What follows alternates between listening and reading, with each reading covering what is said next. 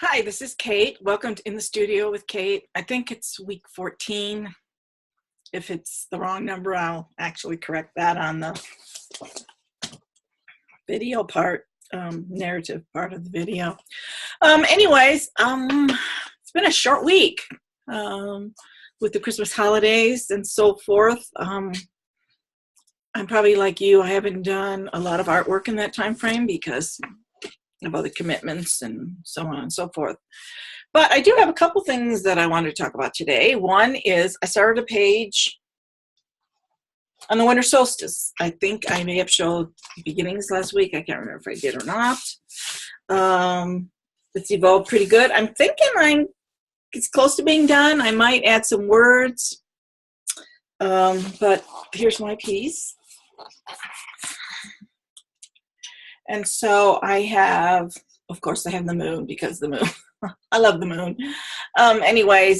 But this woman appeared, and then I really felt drawn to putting an owl there. So I added the snowy owl. And then I used a lot of or spray painted pages or jelly print pages, scraps for collage underneath this whole page. Actually, the page did start with some writing of things I wanted to let go of. And then I put the collage down and then brought out the imagery. And there were some branches on one of the images, and I thought, oh, that looks like a bonfire. And a bonfire is really connected to the winter solstice, where you write down those things that you want to let go of and then throw them in the fire in a ritualistic way. So that's what I sort of did on this page. I wrote the words down, and since I was somewhere where I could have a fire, I drew a fire on top of it. So same idea. And so I don't know if you can see any of the papers underneath, like in her dress and stuff.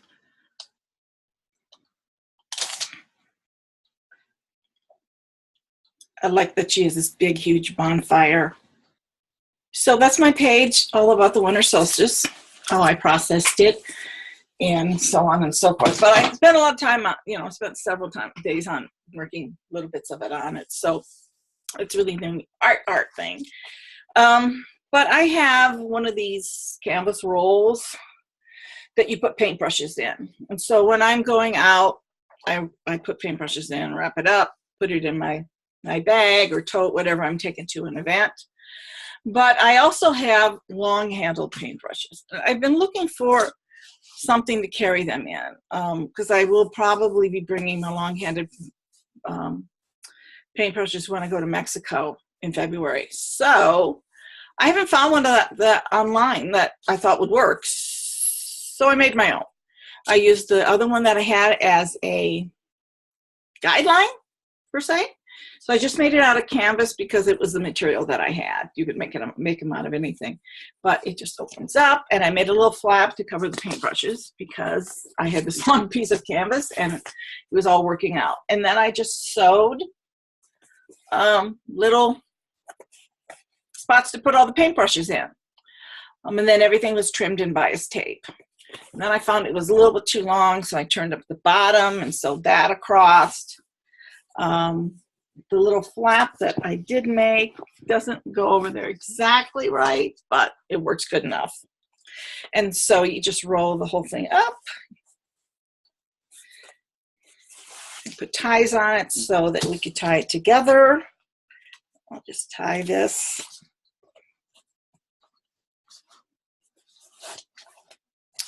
And voila, we're ready to go. My paintbrushes are all protected, but it's pretty boring coloring. The other one I had, I was always going to paint it. I never did get around to painting it. It's kind of dirty now, but that doesn't matter too much. Dirty, I mean by it's got paint stuff on it. So I might paint both of these, just someday in the future when I get the urge to really slap on a lot of paint. It would be fun just to have it in color. So that's my paintbrush holder, and fairly simple. You could make your own if you can't find one. The one thing that I was running into is I'll just show you this one particular paintbrush. This is the tallest paintbrush that I have, and it is pretty tall. It is wider than my computer, which is 13, and I have a 13-inch. So it must be 50. And, you know, and all my other paintbrushes are not that tall. See?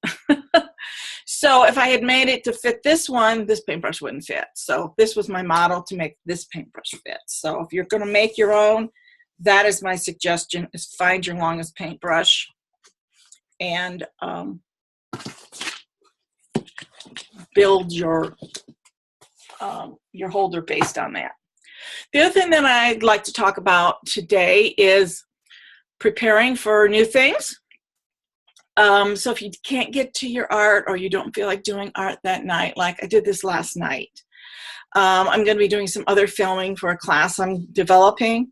So I have all that set up in a different room, ready to go, so that when I sit down, I can do it. And the other thing that I'm planning on doing is, come January, I have signed up for one year-long class. And it is with Donna Downey, and it is called Artist Studies.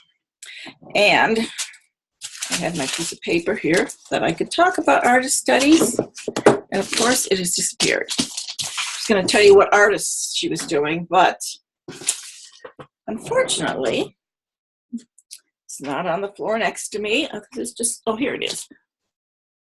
It was on the floor next to me. The joys of filming. Okay, the class with Donna is called Artist Studies, and they take a different artist every month. And we'll be doing 2 works of art, kind of in their, combining our style with their style.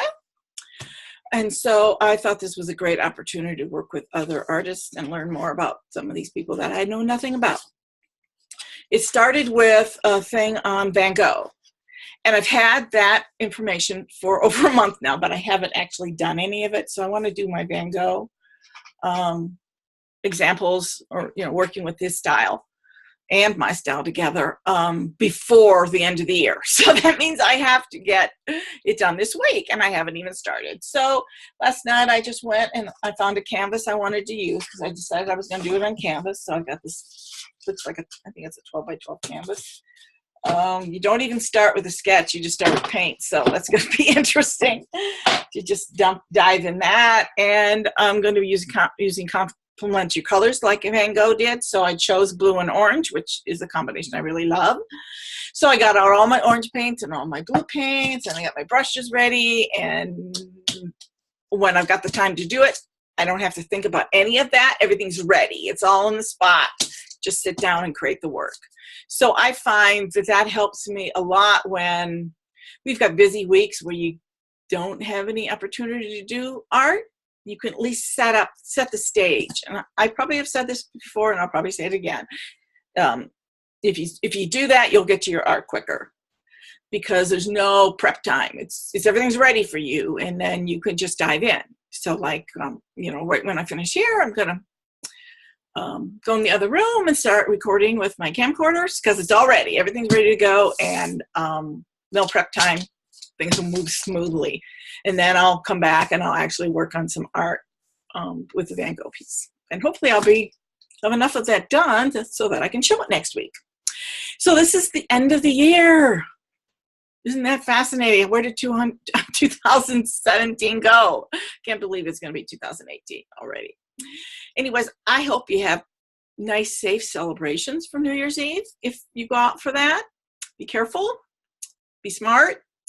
And I hope that you're planning for a wonderful, magical, artistic year full of creativity and growth and new experiences, because that's what I'm planning for myself as well. So I will see you next week, which will also be next year. Our first video for 2018 will be next year. So, of course, it'll be next year. That's silly. It will be next week is what I meant to say. Anyways, have a great time this week, and I will see you next year. Bye.